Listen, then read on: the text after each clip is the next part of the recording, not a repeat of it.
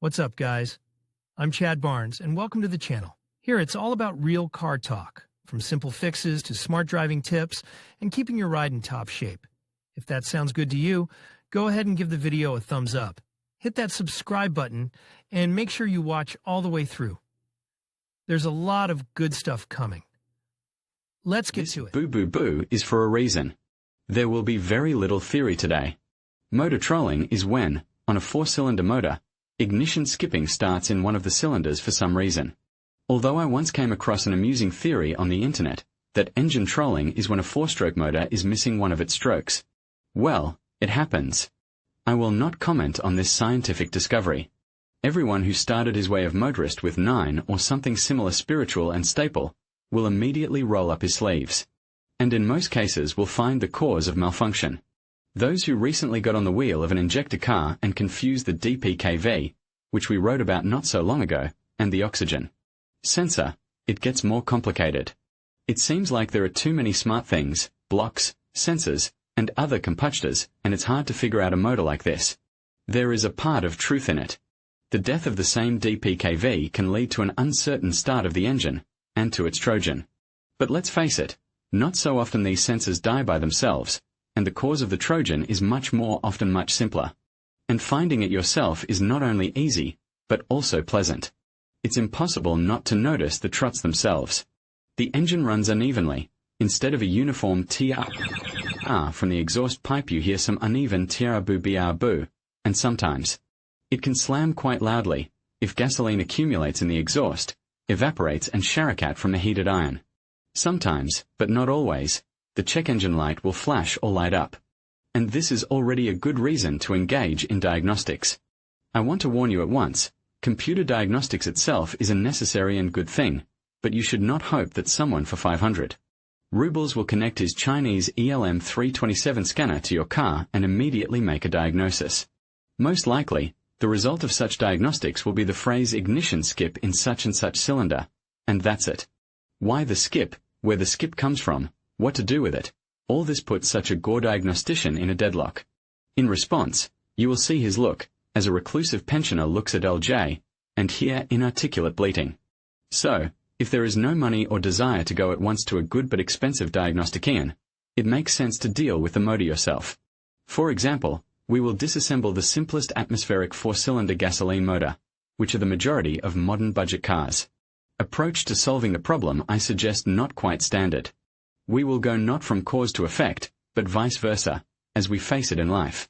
That is, first we will carefully analyze under what conditions troning occurs, and based on this information, we will think about why it may appear.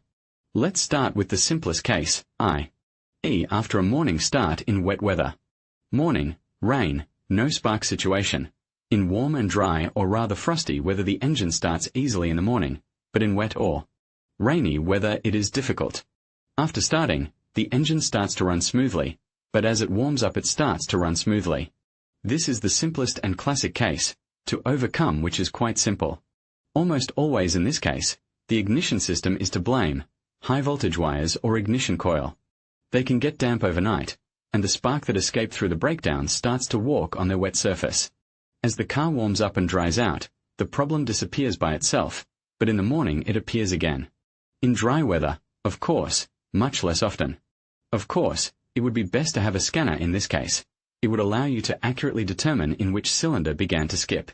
Further would be easier. You know where to look. But if you don't have one, you can go the old-fashioned way. Start the engine, let it run for a while, then turn out the plugs one by one. Wet from gasoline candle will indicate that cylinder, which in wet weather is lazy to work. At the same time, by the way, you can look at the plugs. Replacing plugs in this situation rarely helps, but if they are bad, it is a reason to put new ones, only quality and suitable for the engine, not the first ones you come across. Now it is necessary to find out what is the reason for the lack of spark. Don't laugh, but the old grandfather's method works not only on Jiggly and Moskvich, but also on quite modern injector motors. You need to look at the tripping motor in the dark, in the morning or in the evening, or at night, if it does not let you sleep well. A broken high-voltage wire can be seen at once by beautiful sparks, which should not be on it. If for some reason it cannot get the spark to the plug, this spark will still come out somewhere. Most likely, in the place where the insulation of the wire has worn out or cracked due to old age. They have not learned to repair wires yet, so it will have to be replaced. It is better to replace all of them at once, because all wires have the same resource, and if one of them dies, all the others will die soon. The second cause is ignition coil failure. There are some motors, which have this almost generic disease. The coil shunts to the ground because of the housing breakdown. For example, very popular motors Renault K7M, K4M or Ford Duratec 16V Sigma, for example, on the second focus, and some others like to dabble in this. What can you do? These units have the coil housing so close to the motor that it constantly overheats and starts to crack with age. Super-saving people in this case do not change the coils, but repair them. For example, dousing the body with epoxy. Of course, it is a good dielectric, but still better to replace the coil. And then we come to the main question. Are the wires or the coil to blame? What to change first? If the method of checking in the dark did not help, you can check both with a multimeter. It is possible to inspect externally. If there are areas that differ in color with obscure dark dots, then these are the places where the coil or wire sows the spark. Well, the most reliable way is to ask someone for obviously serviceable wires or coil and swap them with your own. It is less common for a spark plug to be to blame for wet weather. It is not difficult to determine its fault. It is necessary to replace the plugs. If ignition misses are also transferred to the other cylinder together with the plug, the fault of the plug is proved. Rearrangement will help to find and faulty individual coil, the one that is put on each candle separately. There are several other methods to find a coil or wire breakdown. They are to lean the unscrewed plug against the ground and crank the engine with the starter, or to remove the wire tip from the plug a little and see if there is a spark between the wire and the plug. These methods work, but I would not recommend abusing them. First of all, if you take on a wire, even not necessarily a broken one, you may get an electric shock, and that is unpleasant. Secondly, if in the fresh air between the electrodes of the plug, the spark flashes properly, it does not mean that it will occur when the engine is running. There the power of spark may not be enough for breakdown between the electrodes, and it will go to the insulator or even break through the life-beaten insulation of the high-voltage wire. Well, and thirdly, this way you can burn up quite working ignition coil. So the accuracy of this method is conditional. No spark, definitely bad, and if it is there, it does not mean that it is always there. The engine shakes under load. Here it is much more complicated. If the tripping starts at high RPM and high speed, it is the plugs that need to be looked at first, particularly if there is a certain cylinder in which there is a problem. If the plugs on the car are inexpensive, it is easier to replace them. The trouble has passed. Well, no, you need to dig further.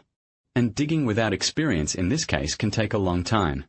There are many reasons for trolling at high revolutions, and it is quite difficult to find the right one. There may be sensor malfunctions and breakdown of the same coils or wires, but in this case, as I said above, the trouble is more typical for wet weather, and the vagaries of the gasoline pump or throttle valve. It happens that at high speeds hangs the valve because of fouling, broken or tired springs or dead hydrocompensator, or ECU cannot determine the amount of gasoline supplied because of incorrect data-dead lambda sensor. In short, without experience and tools to find the cause of the malfunction will be difficult, and it is better to go straight to the service. If you want to do at least something yourself, you can check for air suction at the intake. It makes sense to do this if all cylinders are affected alternately, not just one, and the color of the side electrode of the spark plug is unnaturally light, even pale. The air not accounted by DAD or DMVR leads to too poor mixture, and it is most noticeable just under load. If attempts to do something yourself have not been successful, it is better not to delay a visit to the car service. Driving on too poor mixture leads to severe overheating, burned valves, and caliber ignition. This sounds complicated, but it is a very common situation. Most often it is not the ignition that is at fault, but the power supply. The first thing to do is unscrew the plugs and look at them. Most likely, one of them will be in dark soot. The cause in this case is a current injector. More often it is easier to change it, but someone prefers to clean the injectors or carry out other reanimation procedures with them, of varying degrees of effectiveness. On many cars, it is not difficult to check the serviceability of the injector. Just remove the ramp from them and turn on the ignition. It dripped from the injector. It does not hold pressure and overflows. Hence, There is friction due to too rich mixture in the cylinder with such an injector. And do not forget to put a new sealing ring during the replacement of the injector, otherwise the repair results will not be pleasing. In general, of course, not everyone will want to remove the ramp on their own, but on some cars it is really easy to do. Similar symptoms may occur if the gasoline pump is not working efficiently. The spark plugs will not be different in this case, but the symptoms are similar. While the revs are low, there is enough fuel, but if you give gas, it will not be enough. Unfortunately, for self-checking of the gas pump, you need at least a manometer to measure the pressure on the fuel ramp. A characteristic feature, ignition misses will not be in one and the same cylinder, but in all of them. It is difficult to confuse with a faulty injector, especially when using a scanner. The engine runs well after startup, but the engine starts to run smoothly as it warms up. This rarely happens in life, and finding the cause can take a long time. Most likely, it will be difficult to find the cause without a minimum set of tools. Electrics are rarely to blame in this case. The most probable cause is purely mechanical. First of all, it is worth checking the compression and adjustment of valve clearances. Most likely, the valve clearance is broken somewhere. However, it will not be superfluous to check plugs, wires and coil. What the heck? But then you still have to go to the service for more serious diagnostics. I'm my mom's engineer. Of course, we did not consider many of the causes of engine thrumming on principle. Low compression, sensor errors, phase mismatch and many other things are left out intentionally. All this is difficult to diagnose without equipment and experience. Of course, there are inexpensive but quite functional scanners, which in most cases help to avoid many unnecessary movements. For example, you can buy a Rocadil ScanX, affordable, but quite smart and easy to use. If there is no desire to spend too much money on diagnostics, then for personal use it is the best. If there is no scanner, then in many simple cases, the methods of elementary search for the cause of Trojan, described above, will help. Well, and not to bring the situation to the need to look for escape spark, it is enough only to change plugs and wires in time, to carry out maintenance and not to score on minor flaws in the motor. Photo, Rocadil. Are you even minor ignition misses due to an almost serviceable spark plug can lead to a broken wire, or even worse, a coil, which can be quite expensive. Driving with a trolley will not do you any good either. Okay, only gasoline consumption increased and dynamics fell, but no, the consequences can be much more diverse and very unpleasant. For example, increased vibration of the engine kills both supports and weakly fixed elements of wiring. And also the automatic transmission electronics can go crazy, which does not understand for what reason the crankshaft revolutions are constantly jumping up and down.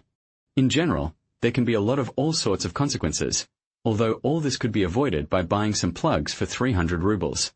So, if you cannot do something yourself, it is better to immediately give the car in the hands of professionals. Sometimes it works out much cheaper that way. In conclusion, identifying the cause of engine trouble doesn't have to be a daunting task. By following the easy methods we've discussed, such as checking fluid levels, inspecting spark plugs, and listening for unusual sounds, you can quickly narrow down the potential issues. Remember, early detection can save you time and money in the long run. Stay proactive with your vehicle maintenance, and you'll keep your engine running smoothly for years to come. Thank you for watching, and safe driving.